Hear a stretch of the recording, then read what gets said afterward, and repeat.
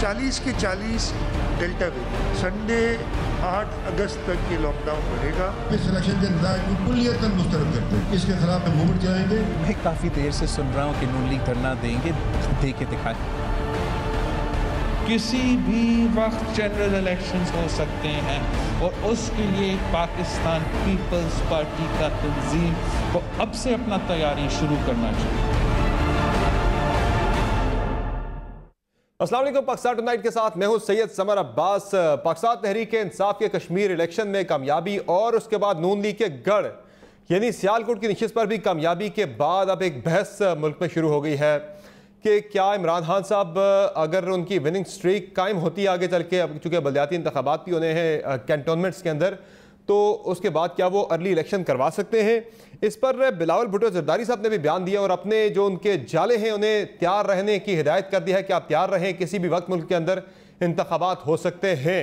और बात की जाए पाकिस्तान की दूसरी बड़ी जमात मुस्लिम लीग नून, जो कि इस वक्त अपोजिशन की सबसे बड़ी जमात है, वो इस सारी सूरत हाल में इस वक्त हमें गुमगू की कैफियत का शिकार नजर आ रही है। जो पार्टी का बयानिया है उस पर पार्टी के अंदर न सिर्फ इख्तलाफ है बल्कि बड़ा वाज़े पार्टी के अंदर एक कन्फ्यूजन नज़र आ रही है कि किस तरफ जाया जाए। पार्टी के जो इलेक्टेबल्स हैं, जो MNAs हैं, MPs हैं, या फिर निचली जो क़यादत है वो बड़ी कन्फ्यूजन का शिकार है कि किसकी बात को माना जाए। शहबाज शरीफ साहब जो है वो उनके बारे में इत्तलात आ रही है कि वो पार्टी क़यादत से नाला भी है कि कश्मीर इलेक्शन में जिस तरह का बयानिया इख्तियार किया गया उससे पार्टी को शिकस्त का सामना करना पड़ा। अब जिस तरह की बातें हो रही हैं कि धांधली हुई कश्मीर के इलेक्शन में, सियालकोट में धांधली की बातें हो रही हैं, लेकिन जो भी है पाकिस्तान तहरीक इंसाफ इसमें कामयाब हुई और धांधली के जो इल्ज़ामात हैं ज़ाहिर वो साबित करना पड़ेंगे। और जो नून लीग की तरफ से धमकी थी कि एहतजाज किया जाएगा, इस्लामाबाद में धरना दिया जाएगा, उस पर बिलावल भुट्टो जरदारी ने एक ताना भी दिया था। वो ताना भी आपको सुनवाएंगे आज वो क्या ताना था मुस्लिम लीग नून को। और आज बिलावल भुट्टो जरदारी ने इमरान खान साहब को चैलेंज भी दे दिया है। वो चैलेंज है कि कह रहे हैं इमरान खान साहब को कि आप जो सिंध फतह करना चाहते हैं, आना चाहते हैं, हम आपको आपका चैलेंज कबूल करते हैं, आप आएँ यहाँ पर करें। तो क्या पाकिस्तान तहरीक इंसाफ जिस तरह से शेख रशीद साहब कह चुके हैं कि अब वो कश्मीर के बाद सिंध फतह करने जाएगी, तो क्या ऐसा मुमकिन है, तहरीक इंसाफ कर पाएगी? और हम बात करेंगे नाजरीन, इस वक्त जो कोरोना की सूरत हाल है वो ख़तरनाक होती जा रही है। जो इंडियन डेल्टा वेरिएंट है वो काफ़ी ज़्यादा ख़तरनाक सूरत हाल इख्तियार कर रहा है। अमवात जो है वो बढ़ रही है, जो पॉजिटिविटी है वो डे बाई डे बढ़ रही है। और सबसे इसमें इंपॉर्टेंट चीज़ ये है कि जो भी मरीज़ आ रहे हैं अस्पतालों के अंदर 85% वो हैं जो वैक्सीनेटेड नहीं हैं, तो लिहाजा वैक्सीन ज़रूर करवाइएगा। इस पर भी हम बात करेंगे। कराची के अंदर लॉकडाउन लगा दिया गया है, जुज़वी लॉकडाउन है, कई शोबे बंद कर दिए गए। PTI ने इसे रिजेक्ट कर दिया, ताजरों ने रिजेक्ट कर दिया। क्या ये इस पर अमल दरामद मुमकिन हो पाएगा? हमें प्रोग्राम में ज्वाइन करिए सेनेटर डॉक्टर ज़रका तैमूर साहिबा पाकिस्तान तहरीक इंसाफ से। प्रोग्राम में हमें ज्वाइन करिए शर्मिला फारूकी साहिबा पाकिस्तान पीपल्स पार्टी से और अली गौहर बलोच साहब पाकिस्तान मुस्लिम लीग नवाज से। बहुत शुक्रिया आप तीनों मेहमानों का, आपने प्रोग्राम में कीमती वक्त दिया। सबसे पहले बात करते हैं इंतखाबी सियासत की कि PTI की जो जीत है कश्मीर के अंदर और सियालकोट के अंदर, जिसे नून लीग का गढ़ कहा जाता है, इसने अब एक नई डिबेट छेड़ी कि क्या PTI जो है वो अगर आगे कैंटोनमेंट के इंतखाबात भी आ रहे हैं वो भी कामयाब वहाँ पे भी अगर हो जाती है तो क्या वो अर्ली इलेक्शन की तरफ जा सकती है, मुल्क में कबल वक्त इंतखाबात हो सकते हैं। बिलावल भुट्टो जरदारी इस पर उन्होंने एक बयान दिया था, अपने जालों को तैयार रहने की हिदायत भी की थी। ज़रा पहले उनका बयान सुन लें। किसी भी वक्त जनरल इलेक्शंस हो सकते हैं और उसके लिए पाकिस्तान पीपल्स पार्टी का तंजीम को अब से अपना तैयारी शुरू करना चाहिए। ये पहले तो शर्मिला फारूकी साहब बता दें, ये क्यों लग रहा है बिलावल साहब को कि इमरान खान साहब अर्ली इलेक्शन करवा सकते हैं? उनकी विनिंग स्ट्रीक जो एक बन रही है, पहले तो वो ज़िमनी इंतखाबात के अंदर 13 में से 12 नशिस्तें हार गए थे। अब ज़िमनी इलेक्शन नून लीग के गढ़ में जाके जीते हैं, कश्मीर का इलेक्शन जीते हैं बड़ी क्लियर मेजॉरिटी के साथ। इसके बाद आपको लग रहा है कि शायद इमरान खान का कॉन्फिडेंस बड़ा है और वो मुल्क में अर्ली इलेक्शन करवा सकते हैं? जी बहुत शुक्रिया समर अब्बास साहब। देखिए बात यह है कि एक सियालकोट का इलेक्शन जीतने से डेफिनेटली इनको थोड़ी सी हिम्मत और हौसला अफजाई तो हुई होगी, लेकिन माजी में जो 11 ज़िमनी इंतखाबात हुए उसमें से 10 ही हारे और उनमें से वो भी ज़िमनी इंतखाबात थे जो इनके अपने खैबर पख्तूनख्वा के अंदर थे। फिर सेनेट के इलेक्शंस में आपने देखा जिस तरीके से हफीज शेख साहब जो है वो हारे। ये तमाम चीज़ें ऐसी हैं जो इनके लिए एक आईना है। उसके अलावा जो सबसे अहम चीज़ है वो ये है कि पाकिस्तान में इस वक्त तारीखी महंगाई है, तारीखी बेरोज़गारी है और तारीखी गुर्बत है। जैसे जैसे वक्त गुजरता जा रहा है, पाकिस्तान अंधेरों में ढकेला जा रहा है। वो मुल्क जो एक एग्रेरियन मुल्क था, जो आज से 3 साल पहले तक गंदम एक्सपोर्ट करता था, जो चीनी एक्सपोर्ट करता था, आज वो नेट फूड इंपोर्टर बन गया है। मतलब ज़राअत का शोबा जो इंतहाई अहम है पाकिस्तानियों के लिए, वो भी तबाहकारियों से नहीं बच पाया। इस किस्म की इनकी पॉलिसीज है। और पिछले दिनों आपने देखा कि चंद एक इंटरव्यूज़ के अंदर चंद माह कबल इमरान खान साहब ने इस बात का खुद भी एतराफ़ किया कि जी हमारे लिए हुकूमत नहीं थी, तो हम तो ये ट्रायल एंड एरर कर रहे हैं, हम तो सीख रहे हैं। तो देखिए ये कोई टेस्ट मैच तो है नहीं कि जी आप यहाँ पर फर्स्ट टाइमर्स को बुलाएं और एक तजुर्बा करें। पाकिस्तान तजुर्बा करने वाला तो मुल्क है नहीं।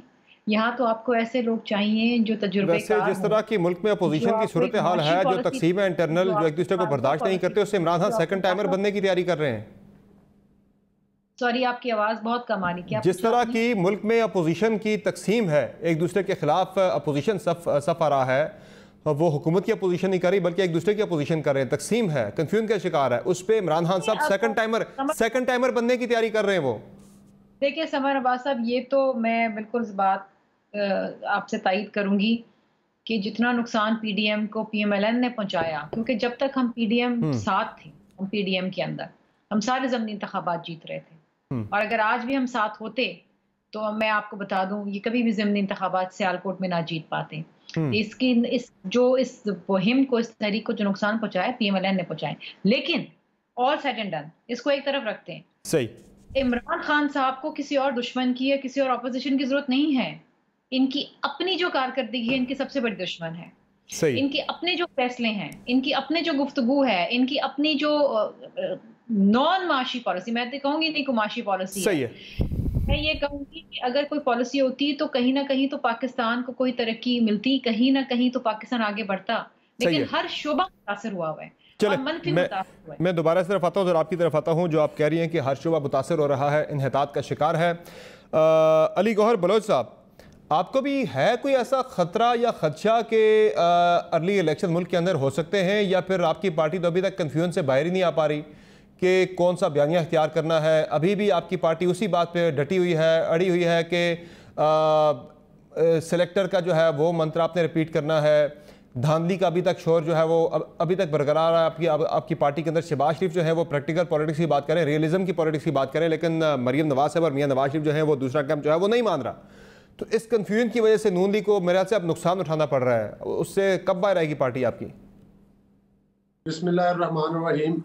देखिए समर, जो भी ज़मीनी हकायक हैं वो पूरी पाकिस्तानी कौम के सामने हैं, और गुजारिशात बड़ी सिंपल सी हैं कि हमारा डे 1 से ये स्ट्रांस रहा है। और आपने देखा है कि ये कोई सिर्फ 2018 की बात नहीं है, पहले भी आप देख लें कि जितनी भी जमहूरी हुकूमतें हैं, या असम्बलियाँ तोड़ी गई हमारे मुल्क में, या उनके वज़ीर आज़म को झूठे केसेस बनाकर जो है वो उतारा गया। और पाकिस्तान में बहुत ज़्यादा टाइम है जब पाकिस्तान में मार्शल लॉ रहे या ऐसी हुकूमतें रहीं जिनको एस्टेब्लिशमेंट की सपोर्ट हासिल रही। तो आज जो हमारा बयानिया है, हमारा बयानिया हम ये समझते हैं कि जो मियां नवाज शरीफ साहब का बयानिया है वो पाकिस्तानी कौम का बयानिया है। अगर आज हम उस बयानिए से पीछे हटते हैं तो इसका मतलब ये है कि हम 20 करोड़ अवाम को बेयारो मददगार छोड़ेंगे, और किसी भी कीमत पर आपकी पार्टी के अंदर ये बहस शुरू हो चुकी है कि वो बयानिया पार्टी के लिए नुकसानदेह है। आप कश्मीर का इलेक्शन बुरी तरह से हारे हैं। आप पंजाब के अंदर से कश्मीर की जो नशिस्तें हैं वो 7 नशिस्तें आप हार गए पंजाब के अंदर से, 9 में से, अपने स्ट्रांग होल्ड के अंदर से, अपने गढ़ के अंदर से। फिर सियालकोट की नशिस्त जो आप हारे हैं, ये पीएमएलएन का बहुत ही एक तगड़ा हल्का था, वहाँ से भी आपको अपसेट शिकस्त हुई है वहाँ पे, और 7000 वोटों की फर्क से आपको शिकस्त हुई है। तो वो आपकी पार्टी के अंदर लोग ये बात कर रहे हैं कि ये बयानिया बड़ा नुकसान पहुँचा रहा है पार्टी को। बात ये है कि आपने पहले भी जो तफसील के साथ बात की, यही बातें आपने दोहराई। ज्यादा बेहतर होगा कि मुझे मौका दें कि मैं अपना पॉइंट ऑफ व्यू आपको बिल्कुल आप दे पॉइंट ऑफ व्यू, आपको इसीलिए प्रोग्राम पे इनवाइट किया है। देखिए गुजारिश ये है, ये एक वो प्रोपोगंडा है। जाहिर है कि हमें पता है, हमें बखूबी अंदाजा है कि जिस रास्ते का हमने चुनाव किया है, पाकिस्तान में जमहूरियत की बहाली का, जमहूरियत की बालादस्ती का, पाकिस्तान में अवाम के वोट को इज्जत दो का जो हमने नारा लगाया है, उसकी कीमतें हम अब से नहीं चुका रहे, हम तो अरसा दराज से चुका रहे। आज जमीनी हकायक ये है कि हमारे पास ना ही कोई खिलाई इमदाद हमारे साथ है और ना ही किसी सूबा में हमारी हुकूमत है। इसके बावजूद देख लें कि पंजाब में धांधली के बावजूद इस वक्त पंजाब में भी और कौमी असम्बली में भी नून लीग जो है वो वाहिद अवामी पार्टी है जो कि मेजॉरिटी भी रखती है। असम्बलियों के अंदर भी अब हमारे वोट चुराने के बाद भी हुकूमती पार्टी के बाद जो है वो पाकिस्तान मुस्लिम लीग नून ही सबसे बड़ी सियासी पार्टी है सीटों के लिहाज से भी। और पाकिस्तान के अवाम आज कश्मीर में जो धांधली हुई उसमें भी हमारे 5 लाख वोट है। ये 5 लाख वोट जो मिला है ये मियां नवाज शरीफ साहब के बयानिए को मिला है। और जो पार्लिमानी जमहूरियत में सीटें काउंट करती हैं सर, चलें वो एक अलग इशू है। वो तो फिर एक मतलब एक फिक्स मैच था और मतलब एक डिजाइन करता इलेक्शन थे और वो बाई डिजाइन जरूरी था कि नून लीग को। अभी तक आपकी पार्टी बता ही नहीं सकी धांधली कहाँ हुई है, किस जगह पे धांधली हुई है, क्योंकि मैंने खुद वहां पे जाके सारा इलेक्शन ऑन द ग्राउंड देखा है। इलेक्शन से पहले के मामला पे, इलेक्शन के दौरान के मामला पे, गिनती के मामला पे, कंसोलिडेशन ऑफ रिजल्ट पे, सब कुछ मैंने देखा। यही रिजल्ट थे जो आए हैं, यही एक्सपेक्टेड था जो आया है रिजल्ट। समर साहब बिल्कुल ये एक्सपेक्टेड रिजल्ट नहीं थे। वो कश्मीर के अवाम को और पाकिस्तान के अवाम को नजर आ रहा है, कुछ लोगों को नजर नहीं आता। उनको अली गौहर बलोच साहब माजरत के साथ जो मैंने वहां पे देखा, जो मैंने असेस किया ऑन ग्राउंड, एक से एक यानी हर एक हल्के को करके जो मेरी ऑब्जर्वेशन थी, मैंने 18 जुलाई को मैंने नाजरीन के साथ शेयर की थी, अपने नाजरीन के साथ। ज़रा सुन लें मेरी प्रेडिक्शन क्या थी उस वक्त, क्या होने जा रहा है कश्मीर के अंदर, ज़रा आप देख लें। आप 45 में से हमें अब तक पाकिस्तान तहरीक इंसाफ 22 हल्कों पर जीतती हुई नज़र आ रही है, बेहतर पोजीशन में नज़र आ रही है, उनके कैंडिडेट्स फेवरेट नज़र आ रहे हैं, जबकि 13 हल्कों पे पाकिस्तान पीपल्स पार्टी के कैंडिडेट जो हैं वो बेहतर पोजीशन में नज़र आ रहे हैं। 7 हल्कों पर मुस्लिम लीग नून लीड करती नज़र आ रही है। पाकिस्तान तहरीक इंसाफ 22 से ये 25 पर जा सकती है। फिलहाल पीपल्स पार्टी हमें 13 पे नज़र आ रही है। पाकिस्तान पीपल्स पार्टी की सीट जो हैं वो पीछे भी जा सकती, कम भी हो सकती। जो मुस्लिम लीग नून है वो 7 पर नज़र आ रही है, 7 सीटों पर, और 7 से ये 6 पर भी आ सकती है।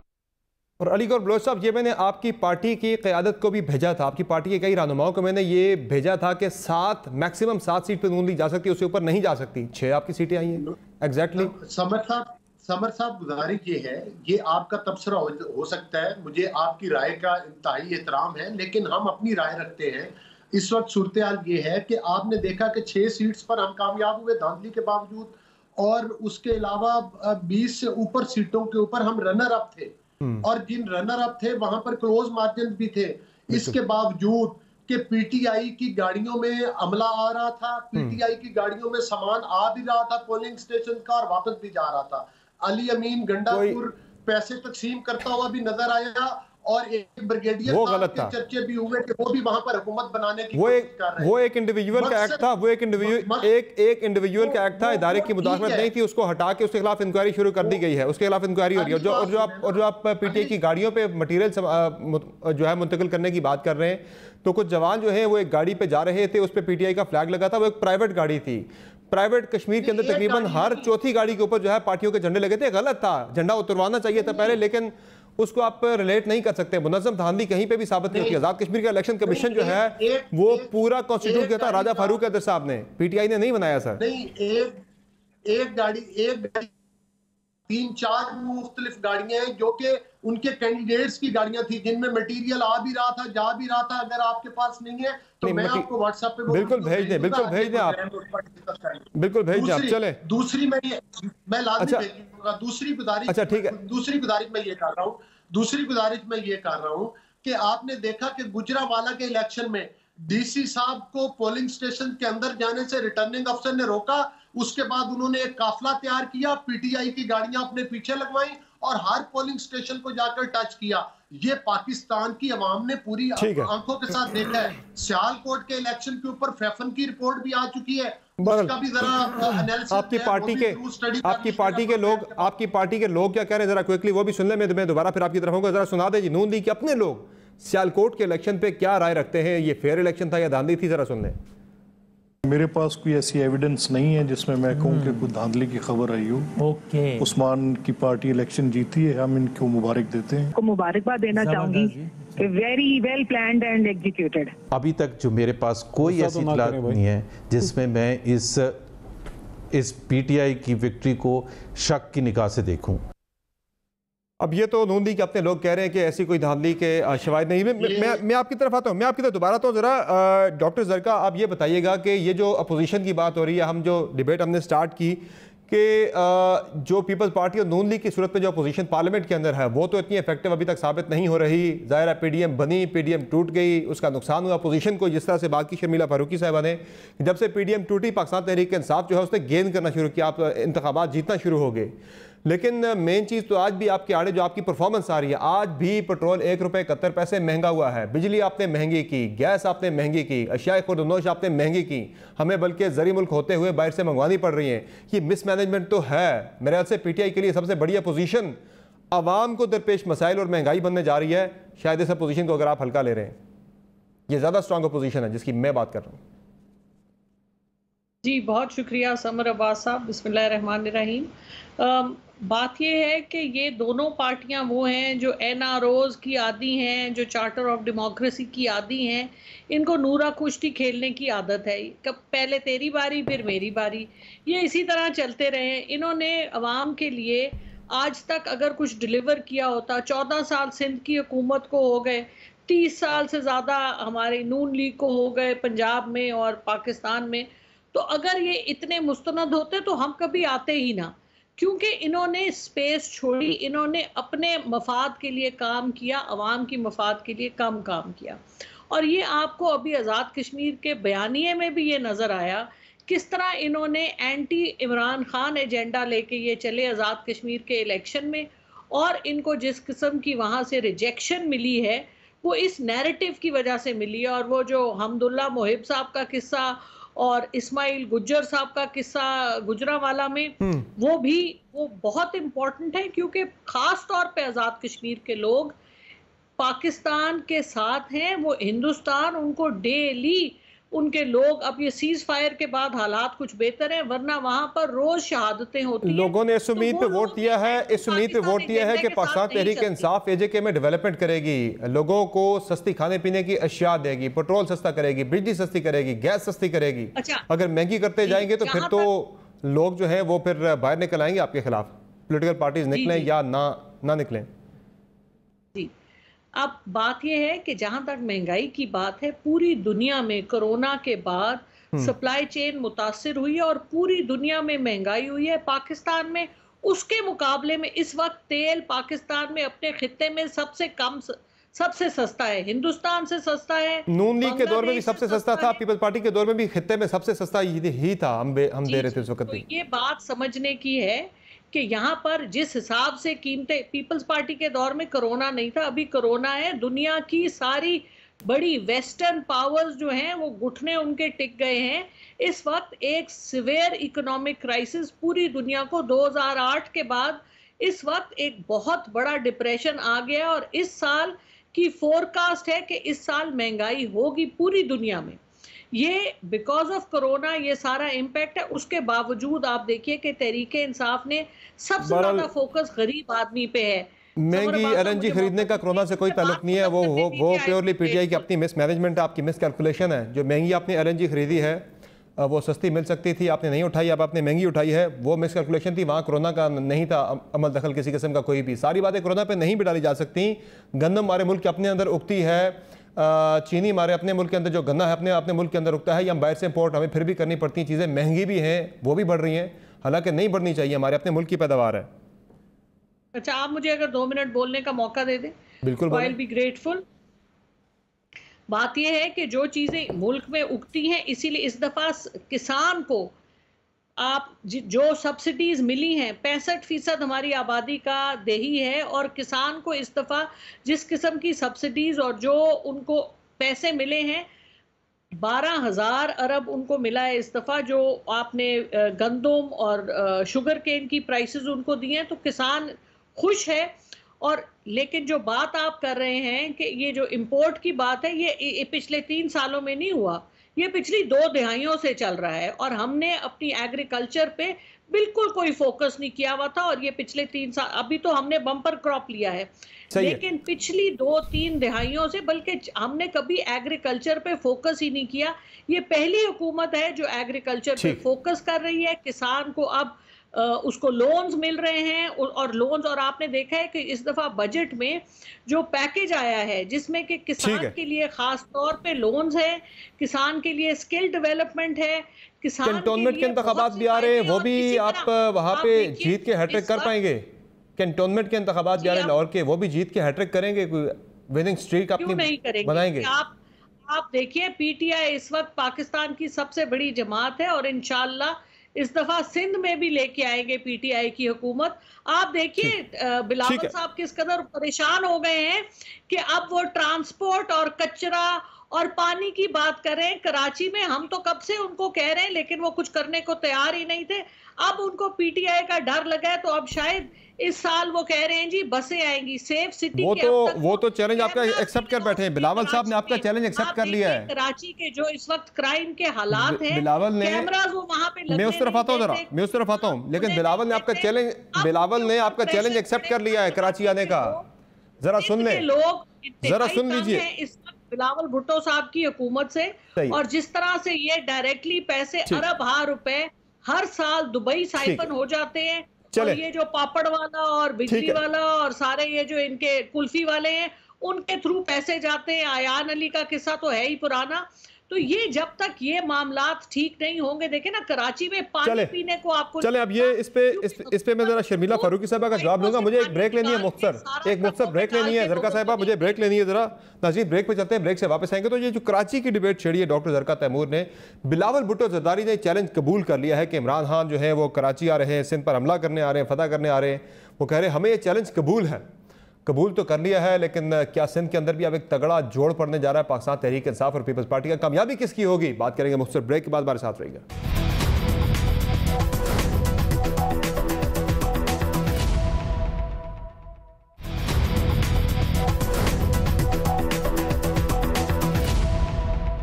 वेलकम बैक टू शो नाज़रीन। ब्रेक से पहले बात हो रही थी क्या इमरान खान साहब सिंध को फतह करने जा रहे हैं, सिंध पे सियासी हमला करने जा रहे हैं। बिलावल भुट्टो जरदारी ने चैलेंज तो कबूल कर लिया है, लेकिन क्या वाकईतन सिंध में कोई सियासी जोड़ पड़ने जा रहा है? ज़रा बताइएगा शर्मिला फारूकी साहबा। बिलावल साहब ये कह रहे थे कि इमरान खान साहब सिंध आ रहे हैं। ज़रा मैं पहले उनका बयान आपको सुना देता हूँ, फिर आप इस पर रिएक्शन लेते हैं कि करने क्या जा रहे हैं आप लोग। सुनाइए ज़रा। वो लोग जो सिंध पे हमला आवर है, जो ख्वाब देख रहे हैं कि कश्मीर के बाद सिंध में हुकूमत कर सकेंगे, पूरा सियासी कचरा को एक तरफ इकट्ठा करके पाकिस्तान पीपल्स पार्टी का मुकाबला करने की कोशिश कर रहे हैं, इस चैलेंज को कबूल करते हैं। जी शर्मिला फारूकी साहबा, जिस तरह से आपने कुछ देर पहले बात की थी कि ज़्यादा जो पीटीआई के लिए ख़ुद जो बड़ी अपोजिशन है वो महंगाई और दीगर मसाइल हैं, उनकी बैड गवर्नेंस है, तो सिंध के अंदर भी मेरे ख्याल से इमरान खान से ज़्यादा बड़ा हमला बैड गवर्नेंस का वहाँ पे हो सकता है, जिससे जो आपके सबसे बड़ा चैलेंज है, पीटीआई से ज़्यादा बड़ा चैलेंज है कि जिन चीज़ों का भी जिक्र किया ब्रेक से पहले सेनेटर डॉक्टर जरका तैमूर साहबा ने, कि वहाँ पे जो सड़कों का हाल है, जो कचरे का हाल है, जो ट्रांसपोर्ट का हाल है, जो दीगर इशूज़ है बहुत ज़्यादा वहाँ पे, वो कह रहे हैं वो मसले आप हल कर लें। ये ज़्यादा बड़े चैलेंज है इमरान खान से या पीटीआई से आपके लिए? देखिए हमारे जो मसले हैं वो तो हम हल कर ही लेंगे, लेकिन इनके जो खैबर पख्तूनख्वा में मसले हैं, इनके जो पंजाब के अंदर मसले हैं, अभी कैपिटल में आपने देखा कि E11 के अंदर क्या हुआ, और ये कहा जा रहा था कि जी की क्लाउड बर्स्ट है और ज़्यादा से ज़्यादा जो बारिश हुई है वो 23 मिलीमीटर हुई है। तो बहुत सारे मसले, इस पर अगर मैंने डिबेट करना शुरू कर दी तो आपके 6-7 प्रोग्राम मेरे और जरका साहबा के दरमियान इसी में गुजर जाएंगे। जहाँ तक ताल्लुक है सिंध फतह करने का, तो ये हमने पहली दफ़ा नहीं सुना है, ये हमने बारहा सुना है कि हम सिंध फतह करने आ रहे हैं, हम सिंध में एमरजेंसी लगा रहे हैं, हम गवर्नर राज लगा रहे हैं, हम न जाने ये कर लेंगे, हम वो कर लेंगे। हम तो कहते हैं आओ सिंध, हम तो कहते हैं इमरान खान साहब को, हम तो हमेशा से इंतज़ार में रहते हैं कि इमरान खान साहब आएँ, सिंध के पानी पे जो डाका डाला जा रहा है उसके ऊपर गौर करें, सिंध पे जो गैस उसको नहीं मिलती उसके ऊपर गौर करें, सिंध में जो वफाक में नौकरियों पे डाका डाला जा रहा है उसके ऊपर कोई नज़रसानी करें। थरपारकर में जो 1 अरब रुपए अनाउंस करके गए थे जो आज तक नहीं मिले वो दे जाएं। इसके अलावा जो कराची पैकेज के अंदर 1100 अरब रुपए अनाउंस करके गए थे उसमें से कुछ हमें दे जाएं। आए तो सही, कोरोना वायरस के ऊपर जब इमरान खान साहब ने बाकी 3 सूबों का दौरा किया तो सिंध का नहीं किया। हम तो इंतजार में थे कि भाई आप वजीर आजम इस मुल्क के आइए, बैठे, बात करें, मिलके काम करते हैं, हमें तो कोई इशू नहीं है। लेकिन हमेशा ये बात की जाती है, जब सिंध अपना हक मांगता है तो की जाती है हम सिंध फतह कर लेंगे, हम इमरजेंसी लगा देंगे, हम फला कर लेंगे। भाई आए सिंध, क्योंकि आपको सिंध के लोगों ने वोट नहीं दिया या आपकी हुकूमत नहीं बन पाई तो आप सौतेला सलूक क्यों कर रहे हैं उसके साथ? आपको तो आना चाहिए। किसने रोका है प्राइम मिनिस्टर को यहाँ आने से? आए, बैठे। आपको याद होगा समर अब्बास साहब की पिछले दिनों चंद माह कबल एक कराची कोऑर्डिनेशन कमेटी भी बनाई गई थी कि जी वफाक और सिंध जो है वो कोई मसले मसाइल होंगे तो उसके ऊपर एक कोऑर्डिनेशन कमेटी। क्या हुआ उसका? कितनी मुलाकातें हुई? कौन से मसले हल हो गए?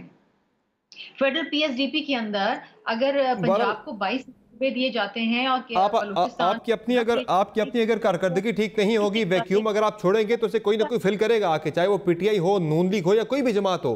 सही ना, कौन मना कर रहा है? देखिए समर अब्बास साहब, हम इस बात में बिल्कुल बिलीव करते हैं कि इवन प्लेइंग फील्ड हो, सब आए। जल्द से शुरू हो रहे हैं सिंध के अंदर रिपोर्ट्स आ रही है कि आपका लॉकडाउन खत्म होता ही 8 से इमरान खान साहब जल्द से शुरू कर रहे हैं इंटीरियर सिंध के अंदर, और बड़े तगड़े जल्द से कर रहे हैं। अरबाब गुलाम रहीम साहब वहां पे आगे पीटीआई उन्होंने ज्वाइन कर ली, मौन सुसी लग गए, बड़ी तैयारी के साथ आ रहे हैं वो।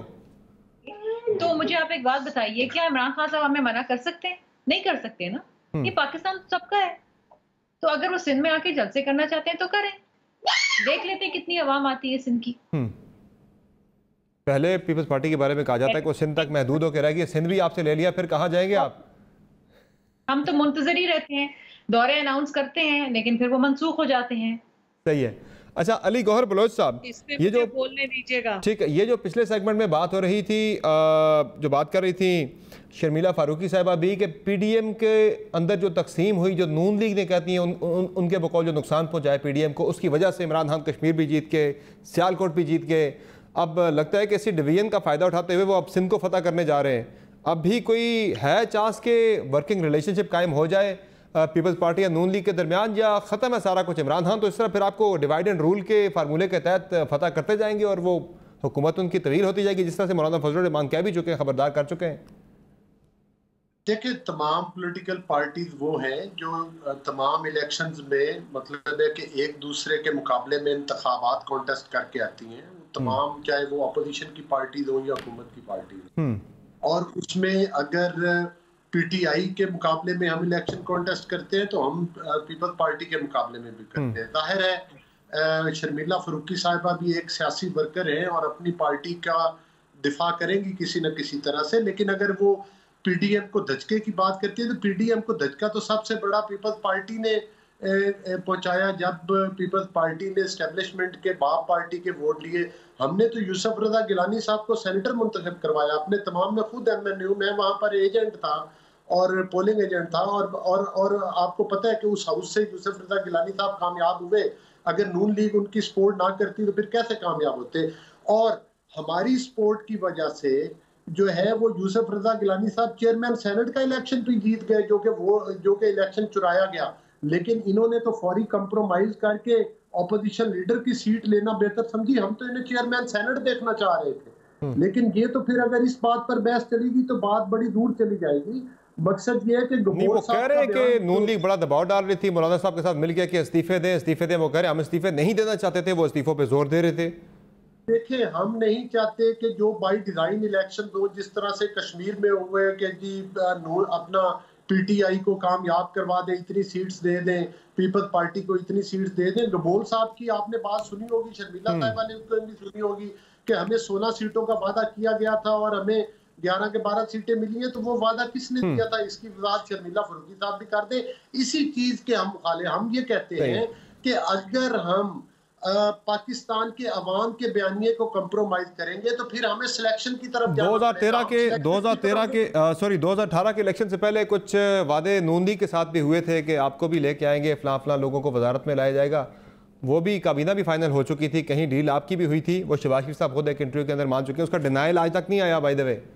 और अब तो सर बिलावल साहब आपको भी चैलेंज दे रहे हैं, वो कह रहे हैं धरना तो दें जरा, कश्मीर के इलेक्शन में आप जरा बड़ी धांधली की बात करते हैं, वो कह रहे हैं धरना दें। वो कह रहे हैं कि आपने हर मौके पे एनआरओ दिया, इमरान खान साहब को एहतजाजी तहरीक में रखना डाल के, उसमें तकसीम डाल के।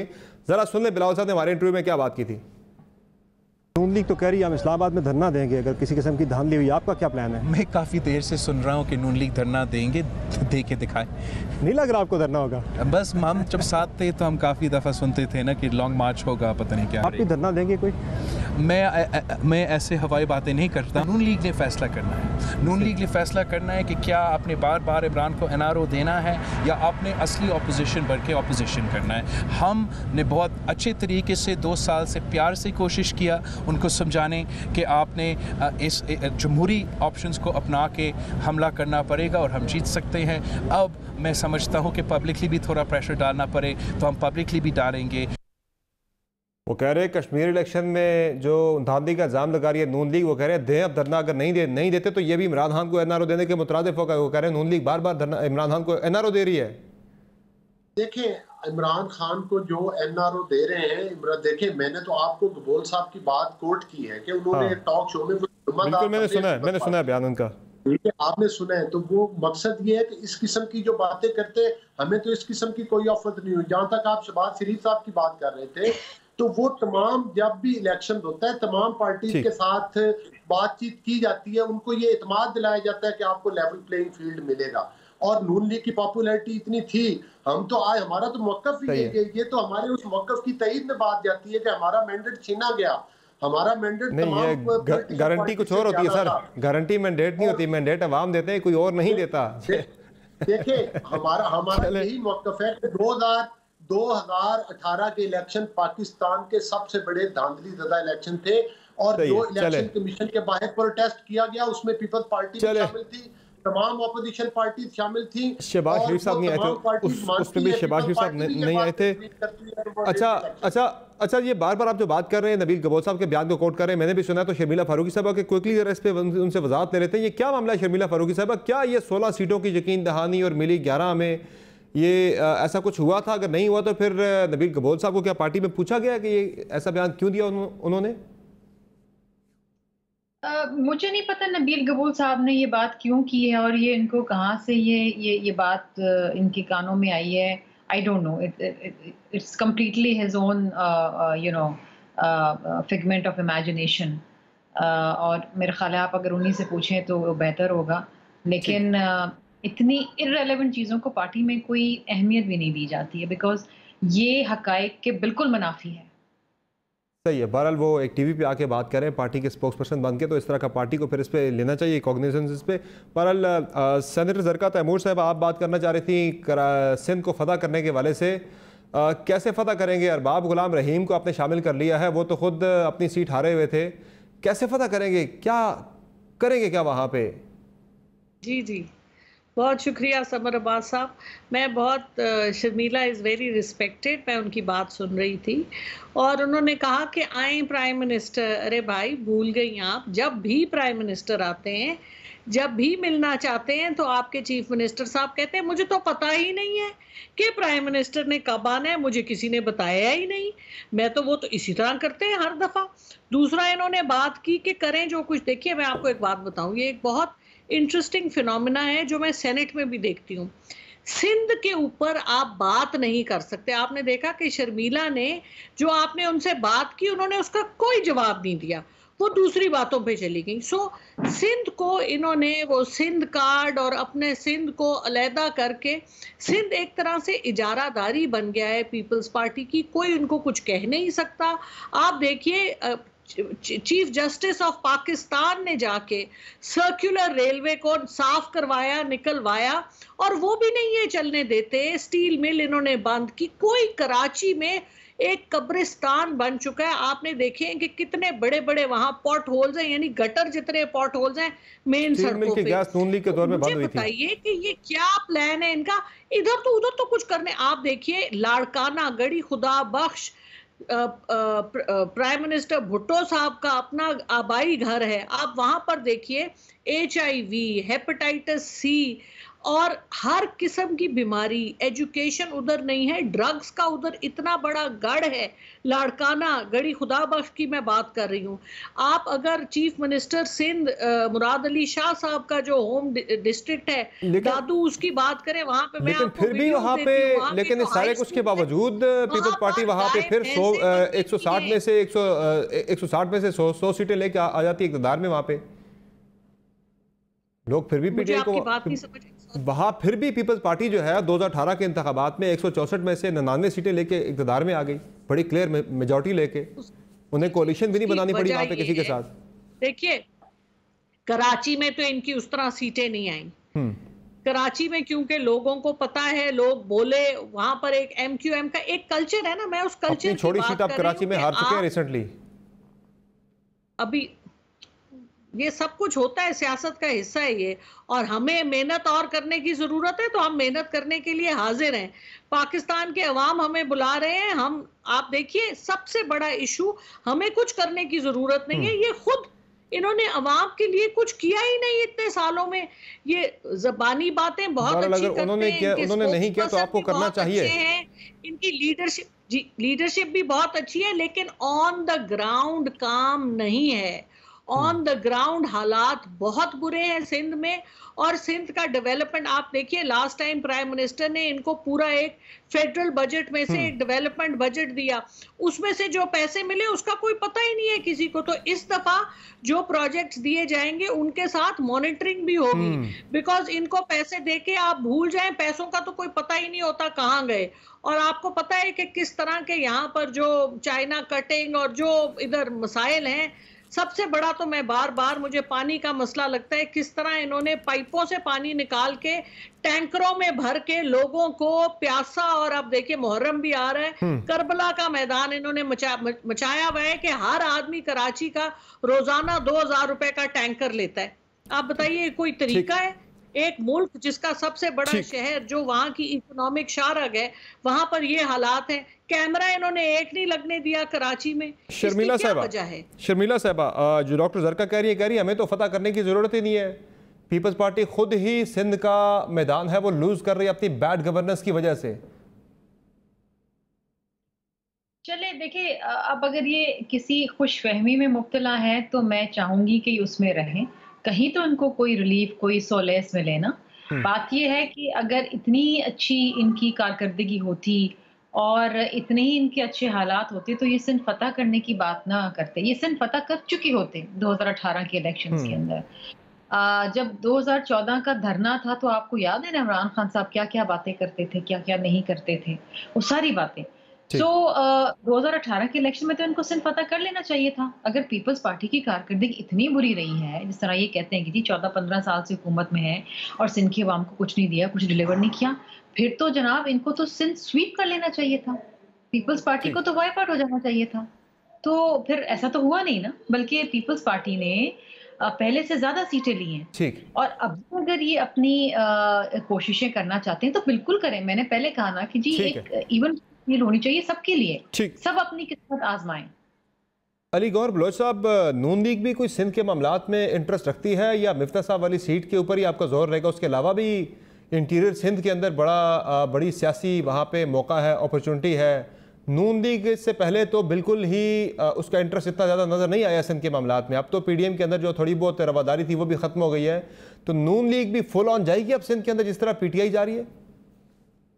बिल्कुल। सिंध देखे, नून लीग पाकिस्तान, पूरे पाकिस्तान में KPK में आपने देखा कि हमने खटक साहब के घर के अंदर घुस के वहां से कामयाबी हासिल की। आप एक सियालकोट की सीट की बात करते हैं, 11 सीटें जो थी वो 11 में से 10 सीटें जो है ज़िमनी इंतखाबात में जो है वो हारी है PTI। और PTI का आपने देखा कि कराची में जहाँ से वो वाडा साहब ने जो सीट छोड़ी वहां पर इनका PTI का पोल खुल गया ना, इनकी मकबूलियत का, कि हम तो ये कहते थे कि ये धांधली की पैदावार है, 6ठे नंबर पर आए PTI और कराची की अवाम ने इनको किक आउट किया वहां से।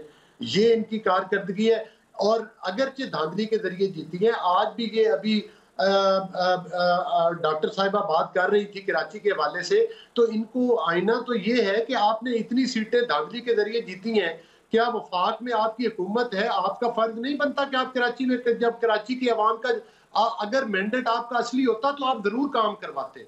और एक तरफ हम दावा करते हैं कि पीटीआई बड़ी अब पॉपुलर हो रही है जी, कश्मीर में धांधली के जरिए जीत गई है। भाई अगर तो आपने आटे का रेट कम कर दिया है, अगर आपने चीनी का रेट कम कर दिया है, अगर आपने अद्वियात का रेट कम कर दिया है, तो फिर तो हम कहेंगे पॉपुलर है। कि मतलब है कि आप आवाम से जो रोटी का निवाला छीन रहे हैं, आप उनसे अद्वियात छीन रहे हैं, आप उनसे चीनी छीन रहे हैं, और फिर भी आवाम में आप पॉपुलर होते जा रहे हैं। ये पॉपुलैरिटी सिर्फ और सिर्फ आपको छू मंतर के जरिए मिली है, और जिस दिन वो छू मंतर आपके पीछे से हट जाएगा, आप एक धुएं की तरह उड़ जाएंगे, और आपका पाकिस्तान में आपको ग्राउंड रियलिटी ये है कि आपका पॉलिटिकली कहीं भी वजूद नहीं है आपका सियासी तौर के ऊपर। और इसी ख्वाबे खरगोश में ये रहकर मतलब है कि ये कह रहे हैं कि हमें कामयाबियां मिल रही हैं। ये वो मसनूई कामयाबियां हैं जिस दिन आपकी बैसाखियां आपके नीचे से खींच ली गई, उस दिन आपको अंदाजा होगा कि आपकी पोजीशन क्या है। कराची में वाडा की सीट पर आपको नजर आ गई ना कि आपकी पॉलिटिकल हैसियत क्या है। खटक साहब के हल्के में भी नजर आ रही। पंजाब के अंदर, नारोवाल के अंदर, सियालकोट के अंदर कहां से जाके उन्होंने आपके भी घर के अंदर घुस के वहां से सीटें जीती हैं। वजीराबाद से डस्का की सीट, ये गुजरांवाला से, समरबास डस्का की सीट के ऊपर सुप्रीम कोर्ट ऑफ पाकिस्तान ने, इलेक्शन कमीशन ऑफ पाकिस्तान ने मैं उसके बाद की बात कर रहा हूँ। ये कश्मीर की जो सीटें थी पंजाब के अंदर, कश्मीर की जो सीटें थी पंजाब के अंदर, नारोवाल आपका स्ट्रांग होल्ड, वहां से पीटीआई जीत गई। इसके अलावा सियालकोट आपका स्ट्रांग होल्ड, वहां से पीटीआई जीती। गुजरांवाला आपका स्ट्रांग होल्ड, पहलवानों का शहर, शहरों का शहर, वहां से पीटीआई जीत गई, मार्जिन से जीती है।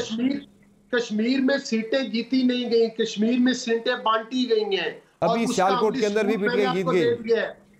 और नहीं, अगर इस तरह तो जीतना है तो फिर तो आप जाकर मकबूजा कश्मीर से भी जीत जाएंगे। फिर तो इंडिया और यहाँ तो अभी आपका मुकाबला है, यहाँ तो आपका मुकाबला है। पिंडी में आपने अच्छा फाइट किया, आपने सीट यहाँ से अटक की सीट जीती है। रावलपिंडी की एक सीट आप जीते, एक हारे, और जो हारे बड़े क्लोज मार्जिन से हारे। लाहौर के अंदर नून लीग हार गई है।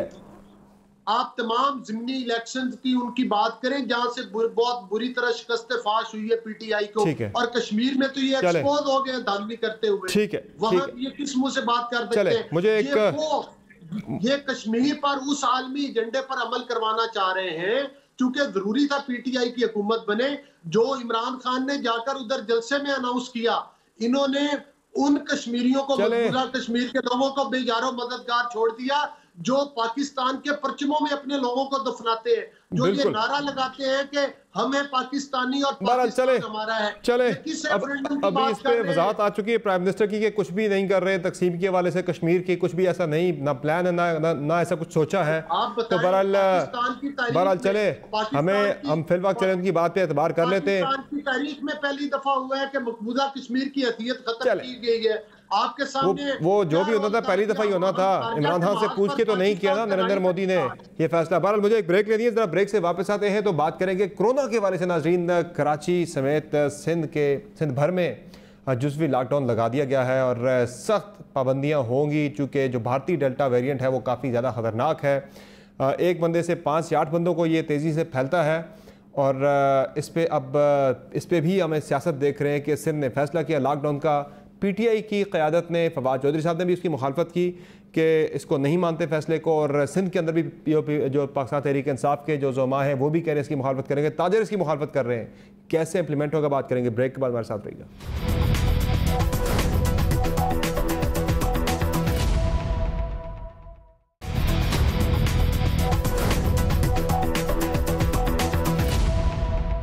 वेलकम बैक नाज़रीन। जो भारतीय डेल्टा वेरिएंट है वो बड़ी तेज़ी के साथ फैल रहा है, काफ़ी तबाही फैला रहा है मुल्क के अंदर। जो कोरोना केसेस की तादाद है वो 4537 तक पहुंच चुकी है। जो पॉजिटिविटी है नेशनल लेवल पे वो 7.79 तक पहुंच चुकी है। इसमें 2 से 5% तक इजाफा हो चुका है पिछले एक हफ्ते में, और जो अमवात हैं वो 86 हो चुकी हैं। और सिंध ने आज फैसला किया, सिंध गवर्नमेंट ने, कि वो लॉकडाउन लगा रहे हैं, मुकम्मल बंद नहीं करेंगे, कुछ शोबे एग्जेम्प्टेड होंगे, लेकिन इस फैसले की ऑब्वियसली पीटीआई मुखालफत कर रही है। फवाद चौधरी साहब कह रहे हैं कि आम आदमी की मईशत मुतासर करने के इक़दाम की भरपूर मुखालफत करेंगे। ताजर भी इस फैसले पर अमल दरामद के लिए राजी नहीं। वो कह रहे हैं कि 45 लाख लोग जो हैं दिहाड़ीदार वो मुतासर होंगे इस फैसले से। ताहम मुराद अली शाह साहब का ये कहना है कि ये वायरस जो है बड़ी तेज़ी के साथ फैल रहा है और ये बड़ा ख़तरनाक है। उन्होंने इस बारे में मज़ीद क्या बात की, ज़रा सुन लें। अगर उन्होंने 100 टेस्ट किए तो 40 पॉजिटिव, और वो 40 के 40 डेल्टा वेरिएंट। आज से कोई पूरा एक महीना पहले सुबह सिंध में 500 केस थे, यही केसेस बढ़ के तकरीबन 3000 हो गए। अगर 2000 केसेस भी आते हैं और वो एवरेज पे 5 को इन्फेक्ट करता है तो आप समझिए इस तरीके से ये मल्टीप्लाई करेगा। 2 से 10,000 होंगे, 10 से 50 होंगे, 50 से 2.5 लाख होंगे अगर इसको रोका नहीं गया। फैसला क्या है? संडे 8 अगस्त तक ये लॉकडाउन रहेगा, 9 अगस्त को हम खुलने की तरफ जाएंगे। सेनेटर ज़रका साहिबा, क्यों पीटीआई इसकी मुखालफत कर रही है इस फैसले की? सिंध गवर्नमेंट बेहतर समझती है, वो कह रहे हैं कि वायरस के फैलाव को हमने आर्जी तौर पर फिलहाल कंटेन करना है ताकि अस्पतालों पर ज़्यादा बोझ ना आए। इस फैसले पर भी सियासत, क्या ये मुनासिब है? जी नहीं, बहुत शुक्रिया समर साहब। बात यह है कि मैं एक बात पहले कहना चाहूँगी कि शर्मिला से जब भी आपने बात की सिंध के बारे में, उन्होंने सिंध की परफॉर्मेंस कोई नहीं बताई, वो सिर्फ इधर, और यही मेन इशू है कि सिंध में परफॉर्मेंस है ही नहीं। कमिंग टू कोविड का ये जी कि प्राइम मिनिस्टर इमरान खान का पहले दिन से जो स्टैंस है वो ये है कि स्मार्ट लॉकडाउन की तरफ जाएं। कंप्लीट लॉकडाउन इस मुल्क के लिए अच्छा नहीं है, क्योंकि हमारे यहाँ पर ज़्यादातर लोग फॉर्मल सेक्टर में नहीं है, इनफॉर्मल सेक्टर में, और इनफॉर्मल सेक्टर में हमारे गरीब लोग बहुत ज्यादा हैं जो दिहाड़ी बाज हैं, जो रेडी लगाते हैं, उनके लिए कोई नेट नहीं है जहां पर वो उनको कोई रोजगार मिल सके। इस वजह से वो इस किस्म के लॉकडाउन के खिलाफ है, जहां पर के आम और गरीब आदमी को आप नेट में उनको कोई जरिया रोजगार नहीं दे सकते, क्योंकि वो तो फिर भूखे मर जाएंगे और फिर आपको पता है और उससे क्राइम भी बढ़ती है और बाकी इश्यूज भी बढ़ते हैं। ठीक है, तो इस पॉइंट ऑफ व्यू से पीएम साहब का इसके ऊपर कहना है कि आप आम आदमी के लिए तरीका रोजगार निकालें और आप ऐसे काम करें, पार्शियल लॉकडाउन करें, आप लोकलाइज लॉकडाउन। देखिए, आपको पता होता है कि किन पॉकेट्स में प्रॉब्लम आ रही है। ठीक है शर्मिला फारूकी साहिबा, ठीक है, आपका जवाब है। शर्मिला फारूकी साहिबा, मुझे ये बता दें कि जब ये बात होती है आपको आज सख्त इक़दाम उठाने पड़ रहे हैं, लॉकडाउन लगाना पड़ रहा है, ये भी तनकीद आती है सिंध गवर्नमेंट पे कि जो कंप्लायंस थी SOP पर, अमल दरामद था SOPs पर, उनमें सिंध में सबसे कम थी कंप्लायंस, यानी 33% उसका रेशो था अमल दरामद के SOPs पर, सबसे कम था। अब्बास साहब, देखिए, मैंने पाकिस्तान ट्रैवल किया है इस कोविड के दौरान। मैंने किसी भी शहर में कहीं भी SOPs पे अमल दरामद होते हुए नहीं देखा, माजरत के साथ मैंने कहीं नहीं देखा। ये सिर्फ सिंध की बात नहीं है, चाहे पंजाब हो, चाहे वो KPK हो, चाहे वो नथिया गली हो, मैंने नहीं देखा लोगों को, और ना ही मैंने लोगों को घर बैठते हुए देखा है। मतलब लोग इस मामले को सीरियसली ले ही नहीं रहे हैं।